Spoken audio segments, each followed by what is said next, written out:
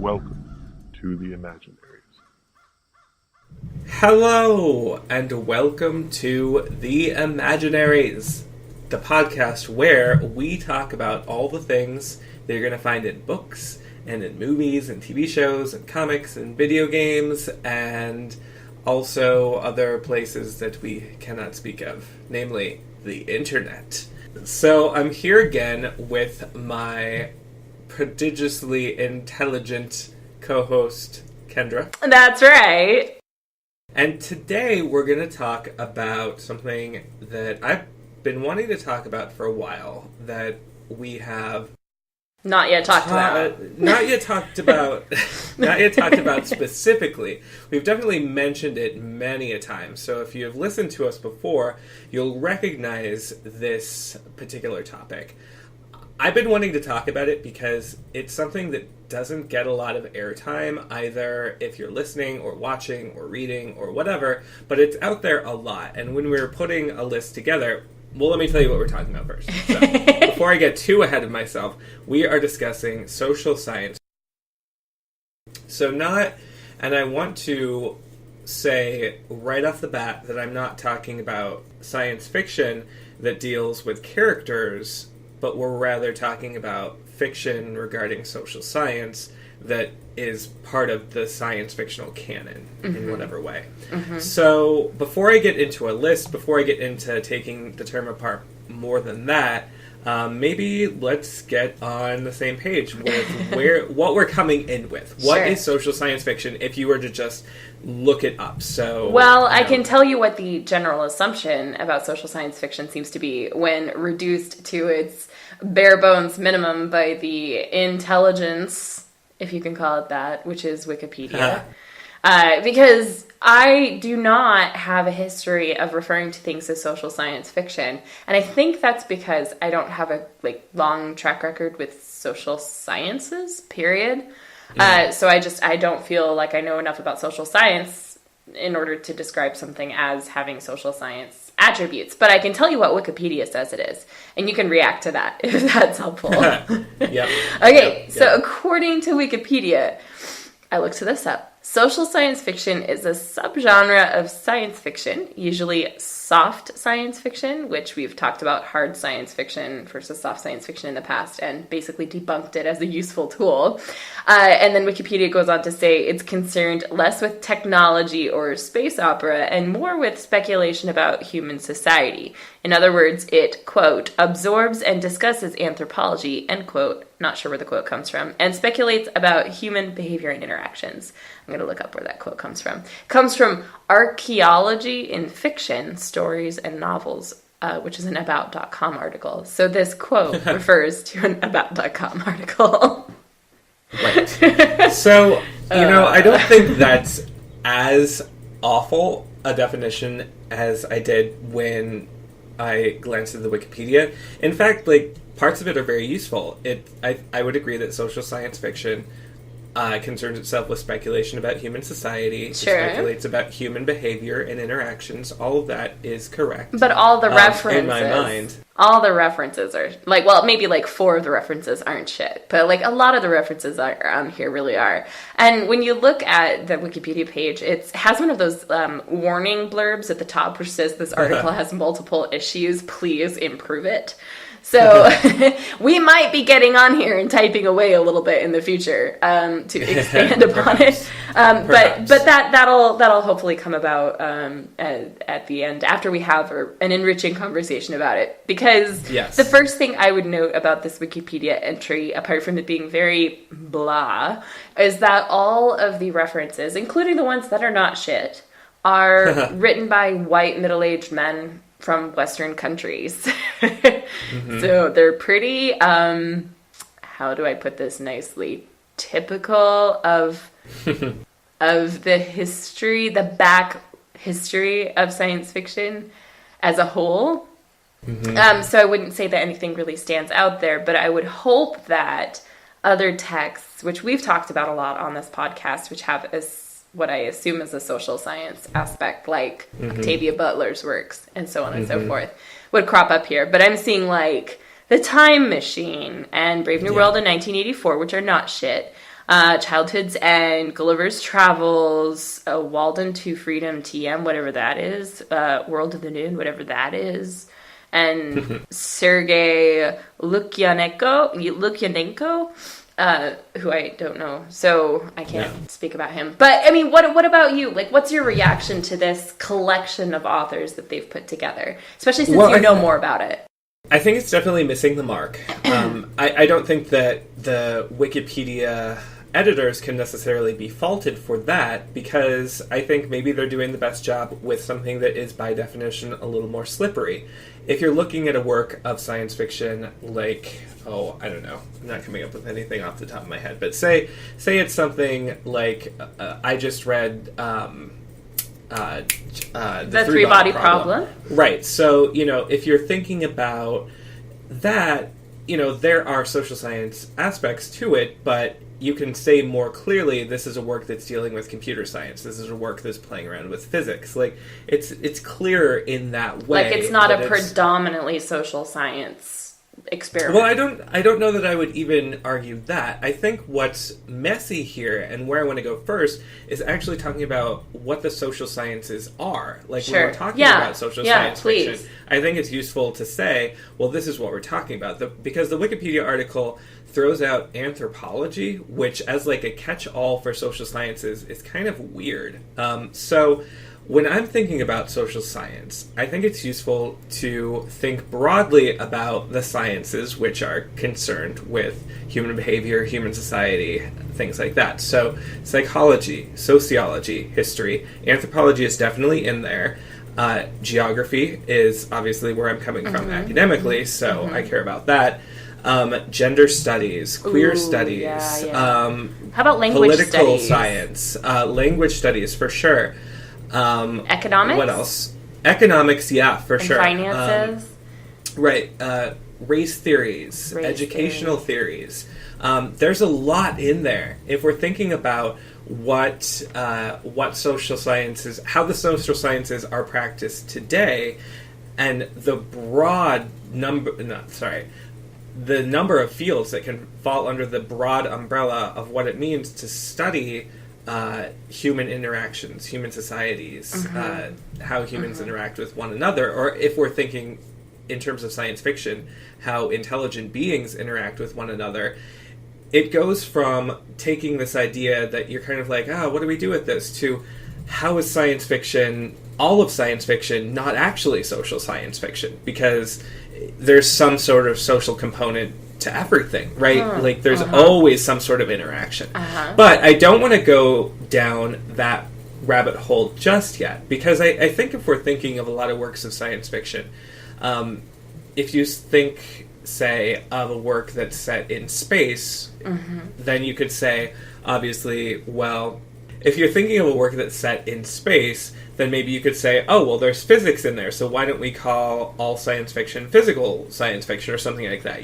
There's a lot, I think, that forms the foundation of what science fiction works generally deal with, and I think that there's a lot of social science that goes into that, but that doesn't mean that every work of science fiction is a work of social science fiction. So, back to that list I mentioned in the first minute of the podcast, we went through a lot of the works of science fiction and some of fantasy that we were thinking about, and really tried to pull out what is, or what are, the dominant fields of modern social science that are at work here in this particular work of science fiction. So we'll get into some of those a little bit later, but I just want you to know that we will give examples of what we're talking about as we're going through this. But I also want to say at the beginning that for me, and this is partially because I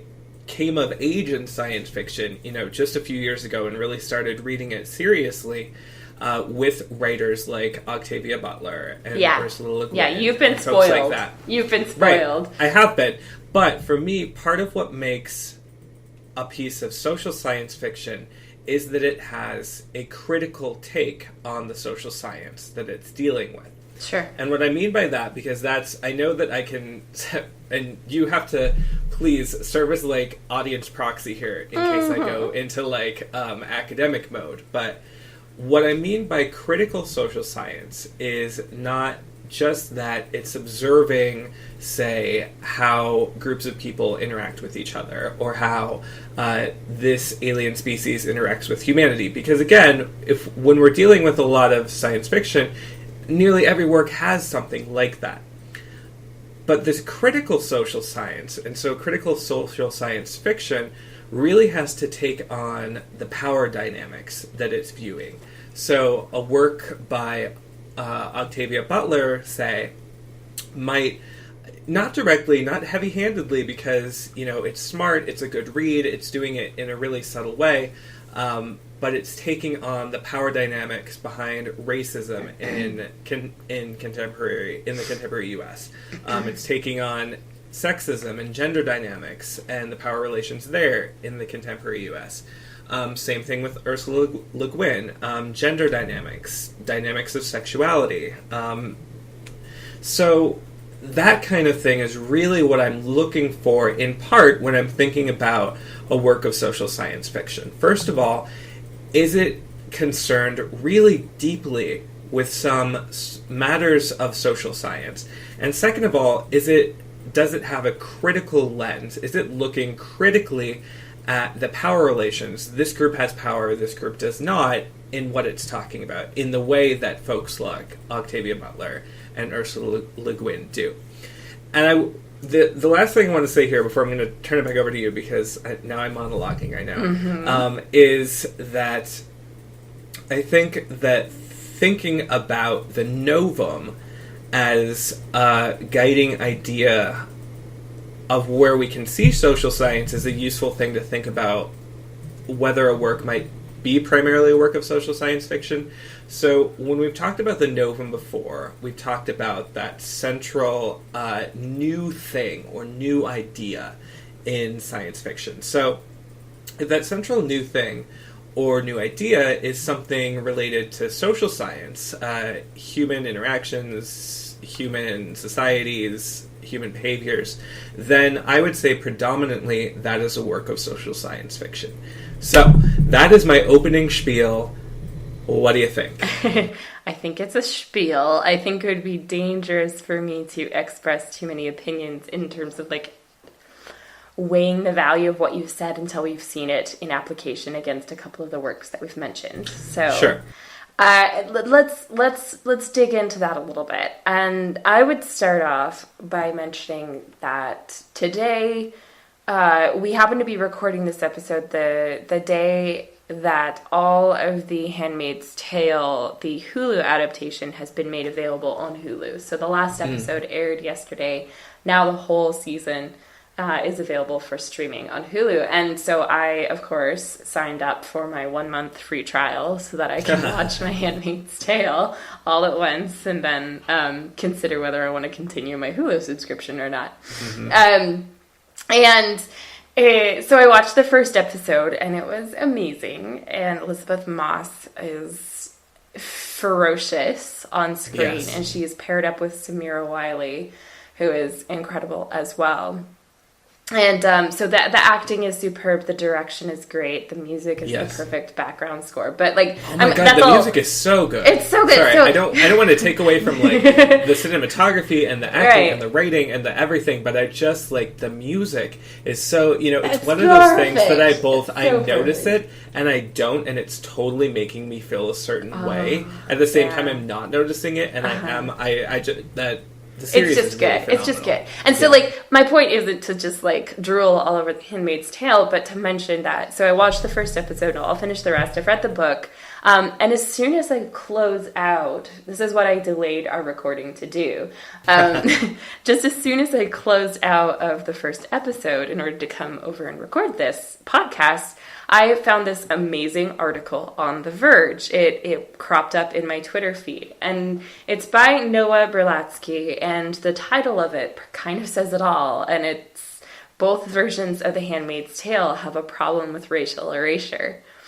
And so here's a show that I love, and then here's this amazing article that I also love that is critical of this series and the book that I love dearly. And so I'm in this really exciting and interesting sort of flux where I'm looking at a thing that is critically self-aware in many ways and is tackling many issues successfully. And then I'm also looking at an article which says, well, but wait, there's more that you should be looking at. And it's right. They're both right and they're both good. And yet the one is, of course, like criticizing the other. So I think perhaps my take on social science fiction and its value isn't just that social science is good in and of itself, but that the conversations that social science fiction arouses are in and of themselves like an art form and very much worth cultivating, and they enrich our lives. So the social science fiction in itself is A+, great, yes, 10 out of 10 would recommend, but also the conversations, and hopefully the one that we're going to have today, are honestly, to me, some of the best things that can happen in life. And so, of course, I think that's kind of where I'm headed, where you can value any text for itself, but social science fiction seems to be more predisposed to provoke these kinds of great, pithy, talky conversations. And I would say, like, the movie Arrival was another one where watching the movie was great, and then talking about it and reading about it was even better. And then I can go back and watch it and it'll be great. And then it'll be enriched by these conversations that we've been reading about and having. And then there will be more conversations, and it just keeps going. So that to me is the highlight of social science fiction. All the stuff that happens around it. Also, go read that article.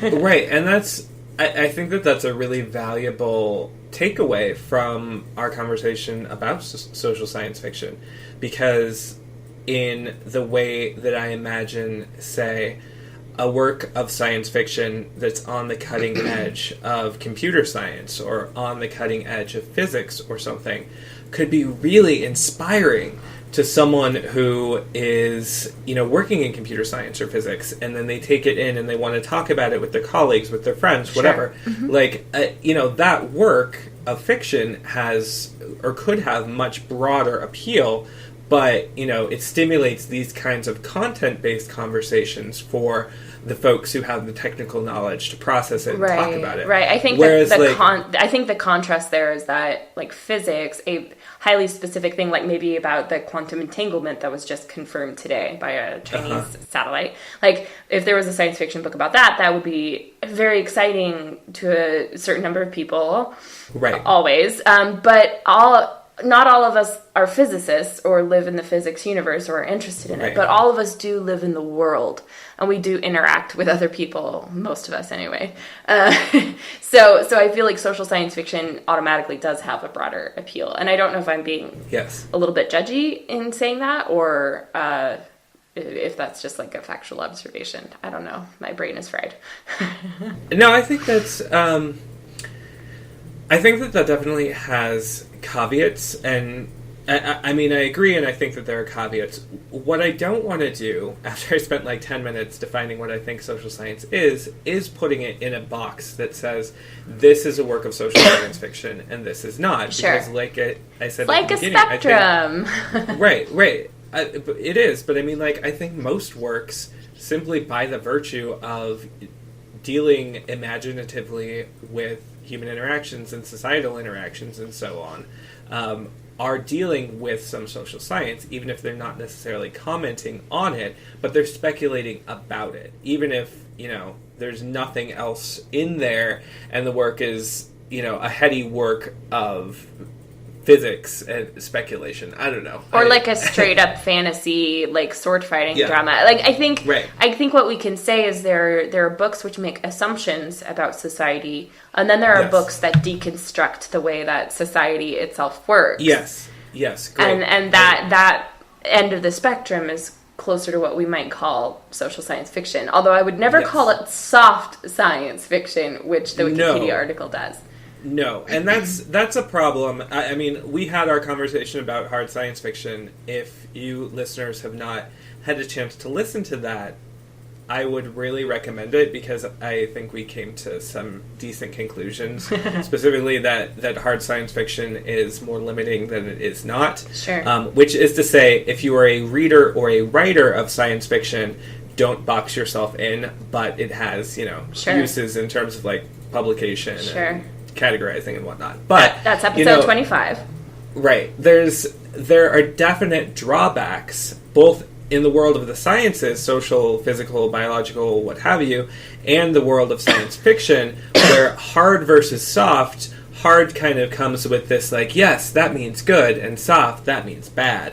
So, trying to get away from that is definitely something worth doing. Even if we leave those terms intact, kind of taking away those connotations would be ideal. Absolutely. Because it's all about the classicism that they... it's all about, it's all rooted in that classism that we talked about at length in last week's episode when we talked about unpopular opinions in science fiction.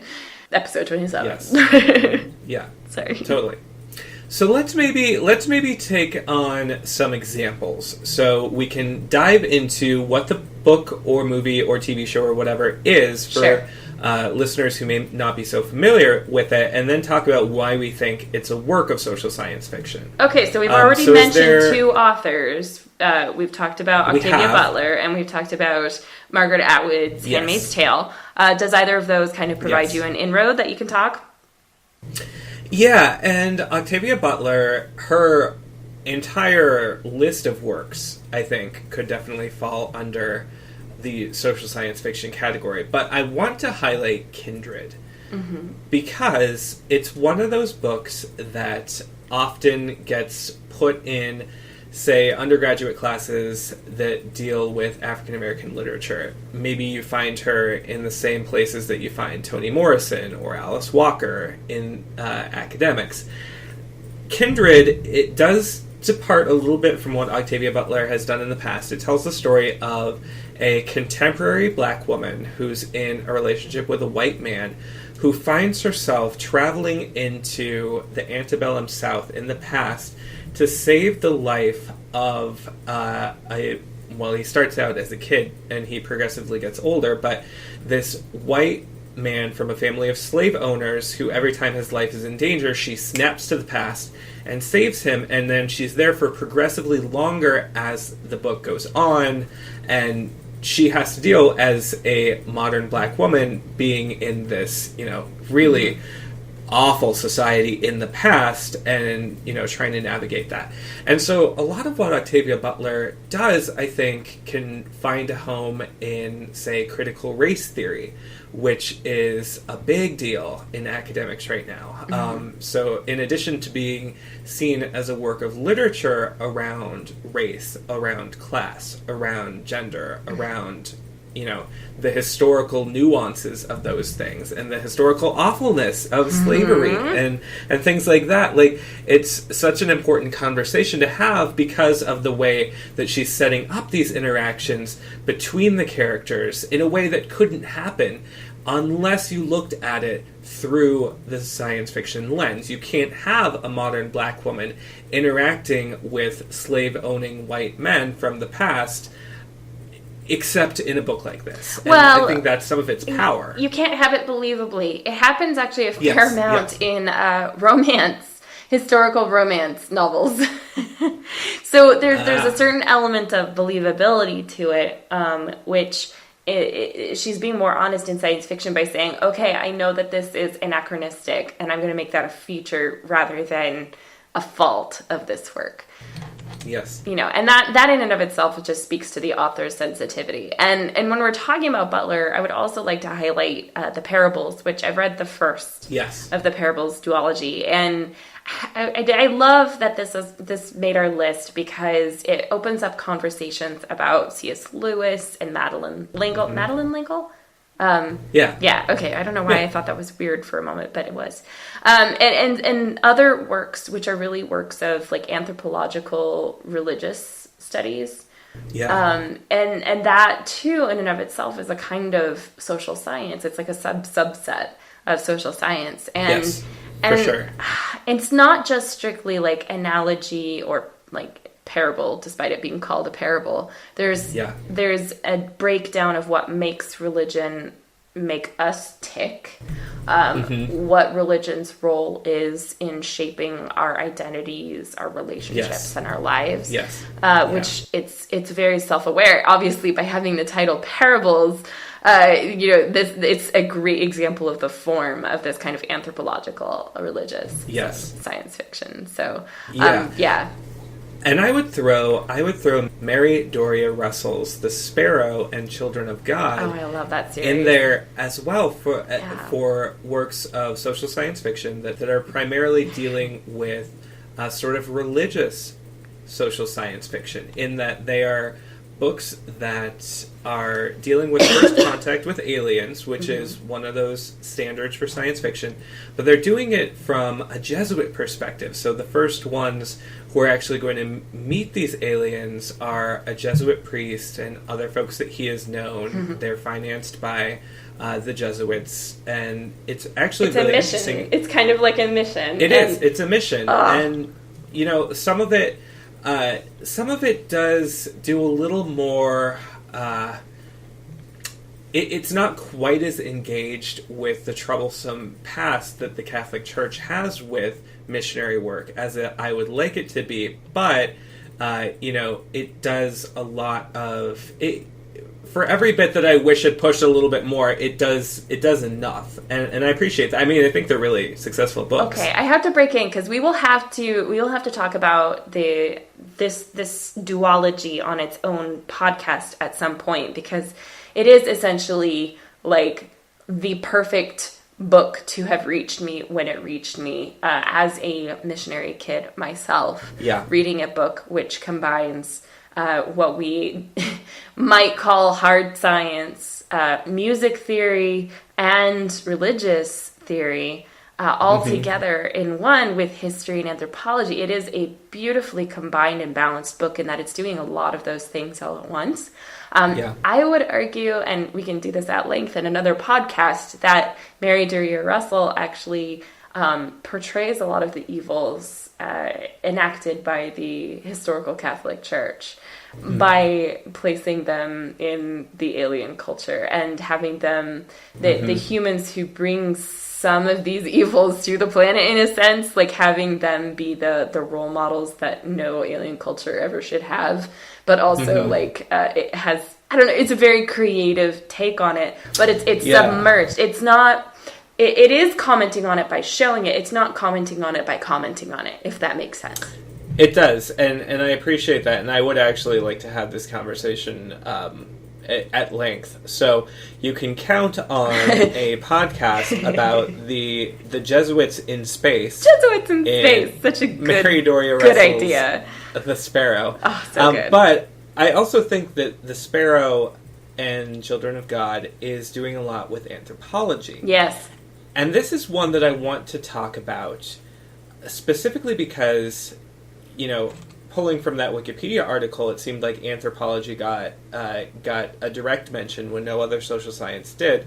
And I think that you can find a lot of anthropology in works that I would consider works of social science fiction. For example, Rendezvous with Rama by Arthur C. Clarke. Which I haven't read.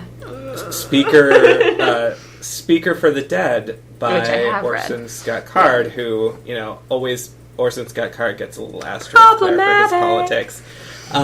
Let's see. Ecotopia by the Ernest Kallenbach, I think is his name.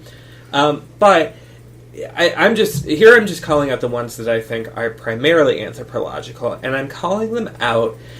And I think you can see, if you're familiar with these works, that they're works that span kind of like the 40s to the 80s, which is not to say that there are not more contemporary works that deal with anthropology, but anthropology as a discipline kind of has its own gross pasts. Not that other fields don't, but I think that anthropology gets a lot of flack, in part because there was very much that, kind of like white researchers going to look at people of other colors who are not as advanced, who have like primitive methods. Basically, white people going to look at primitives was how cultural anthropology imperialism as a discipline. Yeah. Right, very much so. And written about from the perspective that you might find like a zoologist writing about animals. Definitely not all of it, and as I say, like anthropology has definitely taken critical turns in more recently, but works that deal with anthropology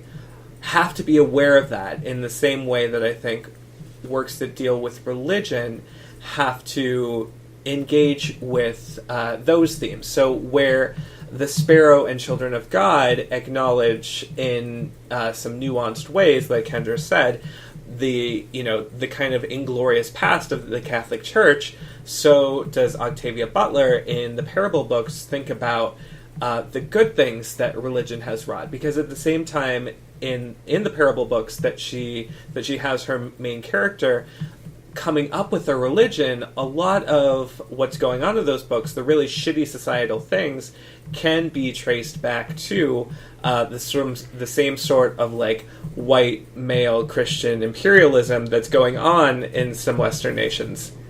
So I think that in the way that books that are more concerned with physical science or bioscience, or books whose novums are physical science or bioscience, don't necessarily have to address the same sorts of social issues that have cropped up in those fields. Obviously, contemporarily, we can say things like, well, we want more representation of women in STEM fields. We want more representation.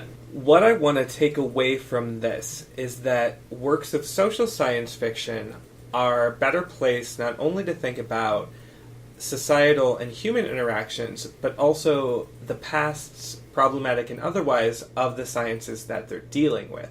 So a work of anthropological science fiction can do things that a work that's dealing primarily with physics, say, can't necessarily. So what I'd like to see is works, something like Arthur C. Clarke's Rendezvous with Rama, or even Speaker for the Dead, don't necessarily take that critical view, whereas I think a lot of more recent social science fiction, and science fiction generally, does have more of a critical view. It's interested in deconstructing things, it's interested in power relations, it's interested in saying, yeah, some of this that was going on in the past was kind of fucked up, and we're gonna redo it. And that's, that, I think that shares in common some of the impetus behind a book like one that Kendra and I have very much liked, The Dream Quest of Ballot Bow. Let's take the good ideas of the past that Lovecraft had and update them so they're not so gross in terms of sexism and racism and stuff, and get a really great book out of it. So I think that works of social science fiction can do that as well, in terms of like updating what we think of human societies, human interactions. And I think I would argue that Ian MacDonald's Luna New Moon and Luna Wolf Moon and whatever its sequel ends up being called will do the same thing. It's more like an updated portrayal of what has been portrayed many times before, which is like colonies on the moon. Yes. And The Expanse is doing that work as well. We've got a pretty good roster right now of books and film and television media that is updating the like spacefaring demographics, so to speak. Yes. And like their focus. Yes. They're updating their focus. But there's still a movement right now towards the spacefaring sci-fi. And while we had Arrival, I would say that it's kind of the exception to the rule in terms of film. Mm-hmm. And I would like to see, in a sense, a return to those Wikipedia works, which were listed in the social science Wikipedia article. Like Fahrenheit 451 and Brave New World and all of those things. I would like to see an updated take, like the Dream Quest of Ballot Bow to those, like where we have revisits to these classic, which are not necessarily bad. They have problematic elements, but they're not necessarily like to be abandoned altogether because they gave us something useful, or they gave us a shared and common language to discuss things. Now let's use that to critically engage the social structures in those books. Yes, and I think I think that right there is key. Like, for example, we had that recent adaptation of Childhood's End, which, Sure. for a number of reasons, didn't work. But I think that, some of the numbers of reasons that it didn't work had to do with the fact that it was an adaptation. And there's only so far that you can stretch the source material without saying, okay, this is something that follows some of the same plot points, that deals with some of the same content, that explores some of the same ideas, but it's no longer compatible with the title it had in the past because we understand so much more about social interactions now. We understand, or we think we understand, so much more about the way that folks should be represented on screen and represent themselves on screen and represent their interactions on screen realistically because of, strides in the social sciences and representations in the social sciences. And I'm kind of making a little bit of a messy argument here, and I apologize for that. But I think that, it has definitely been consummate... No, that's not the right word. Concomitant, maybe? Is that what I'm thinking of?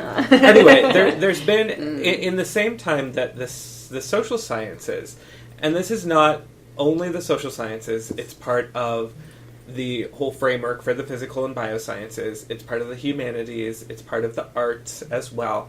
But in the social sciences, you really have this strong eye not only on what's going on in those departments, but also in what's going on in societies, what's going on actually out there for people. How are they interacting with each other? How are they being out there in the world? And so, what's been of interest to a lot of folks are things like representation and community and how people perform themselves and perform their identities. And it circles back to this notion that social science fiction should always both reflect and enable us to better frame our own understanding of ourselves in our current world, and those are current concerns in our current world. Yes. And I mean our current, Western, still predominantly white, but slowly changing, America. Yes. There will be other realities and other social sciences and social science-centered conversations emerging elsewhere around the world. Yeah. And so I would be really curious to say contrast, what's emerging here in this conversation with a similar conversation about Indian literature, which has such a legacy and a history, millennia older than ours. And, and they've got a really great resurgence in their science fiction right now. And the same can be said of China and various other countries with very different backgrounds and outlooks than ours. Yes. And very different, they're very different social places. So it'd be curious to see if you who are listening to this podcast have any notion about what those conversations might be, or have material to turn us on to help enrich this conversation. We would love to hear from you about that. Yes. And I guess that my point here is, if I can loop all the way back to the beginning, do it. All works of science fiction are underscored in some way by theories from social science, how societies operate, how humans interact, how humans behave. And the fact that that is changing, that the way that we see characters and their interactions and societal interactions and how societies interact with aliens and how future societies interact with past societies or what have you in science fiction, no matter if that is the hardest of hard science fictions, all about the computer science, the characters are one-dimensional, blah, blah, blah, blah, blah, to, the headiest work of psychological, sociological, social science fiction, the foundation that underscores how we understand people has changed. You're not going to find works from the 40s treating people in the same way that you're going to find works treating them today. Well, let me say that again, this depends on your frame of reference. So I think it must be something that we confront as a reality today in America that we live in. We have several parallel universes taking place in America today. And you will find people on either side of this line, which I'm drawing in my mind, and is a blurry line, yes, but it's a line, where they cannot conceive of certain things like diversity being interesting or worth discussing. They think of it as disgusting. And there are members of my family who think that the works of literature which we find so profound are profoundly repulsive and do not offer anything of value. And they prefer to read what they consider pure and uplifting, family-friendly material, and including science fiction. So like there is literature out there being published which is actually totally in line with 1940s worldviews and values, like the I don't want to get too hissy at like my family or other people who come from a more conservative place. But we must admit that there are people who literally cannot put themselves in other people's shoes, and we cannot put ourselves in their shoes anymore. Once you cross the line, you kind of can't. And so then you have two or more strands of literature developing side by side where neither is talking to the other. So let's admit that this stuff is out there. It actually sells pretty well.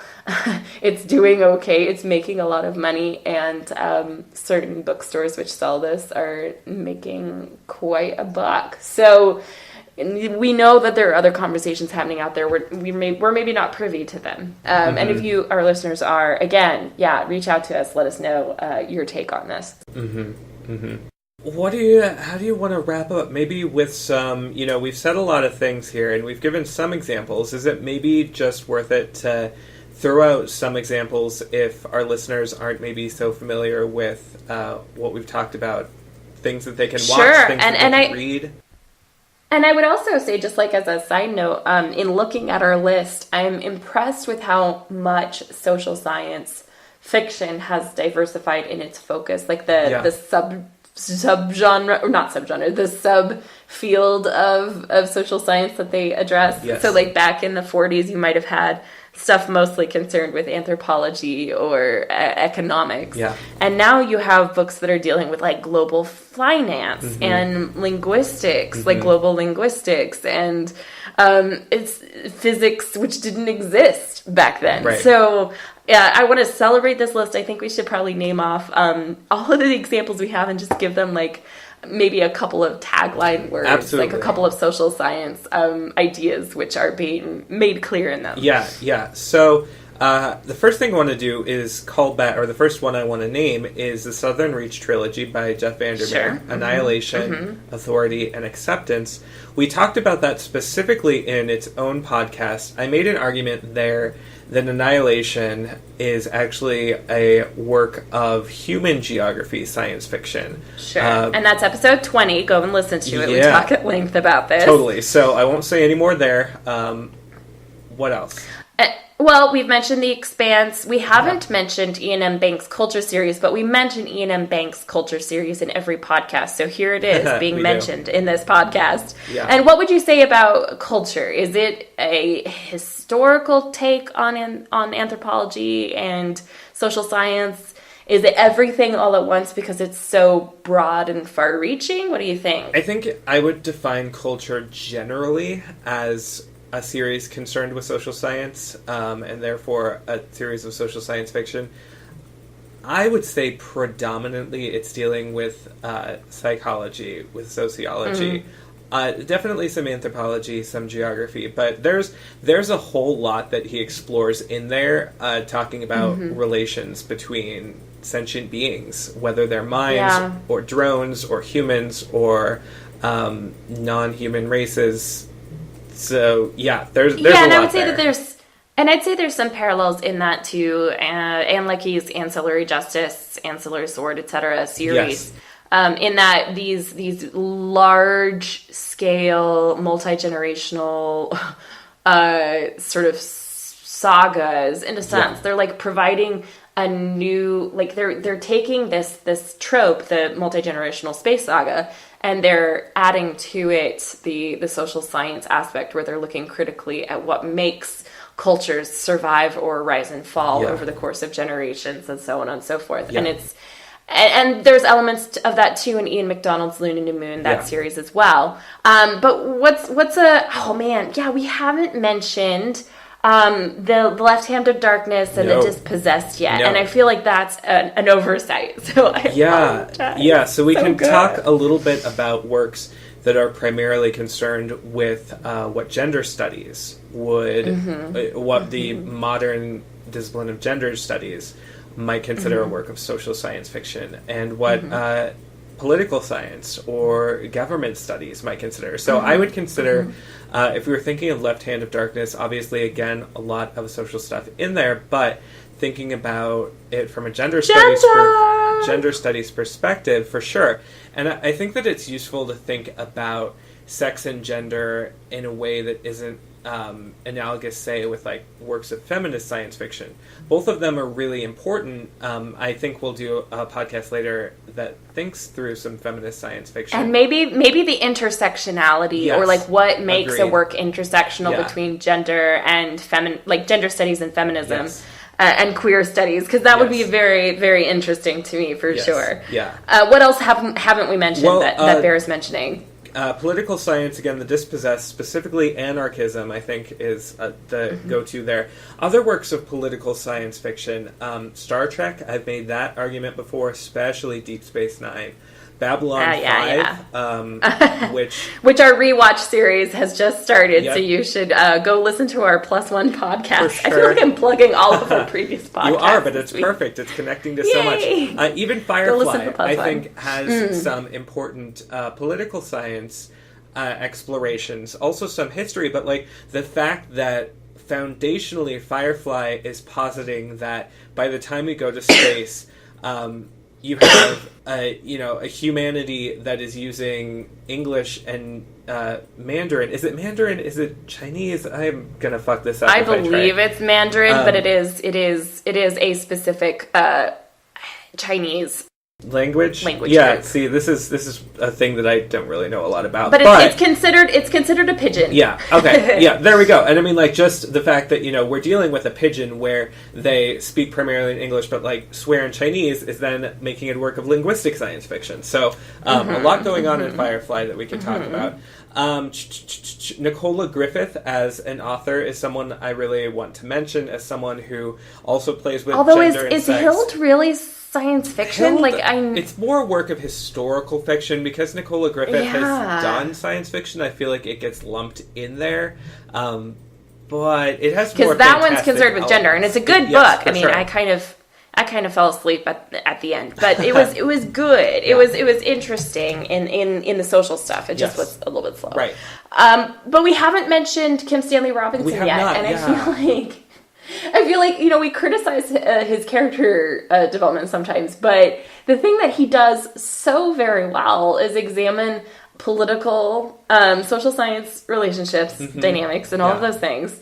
And specifically in New York 2140, his latest book, he tackles global finance and re-envisions how we could make it work in a flooded world because of sea level rise. Yeah. And it's fascinating. And I keep passing it around to people who I know here in town, in Montana, who might be interested in works that they're not necessarily interested in science fiction that goes to the stars, but they're looking to expand their reading list, and they are interested in like heavy hitting like books which deal with economics and history and politics. So there's that, and we haven't talked about Cloud Atlas. We haven't, and I primarily saw that as, again, amidst a whole lot of social science background, but I think that it's playing mostly with history. If I had to think of what the novum is for Cloud Atlas, it would be something historical, because there are just so many connections. And again, this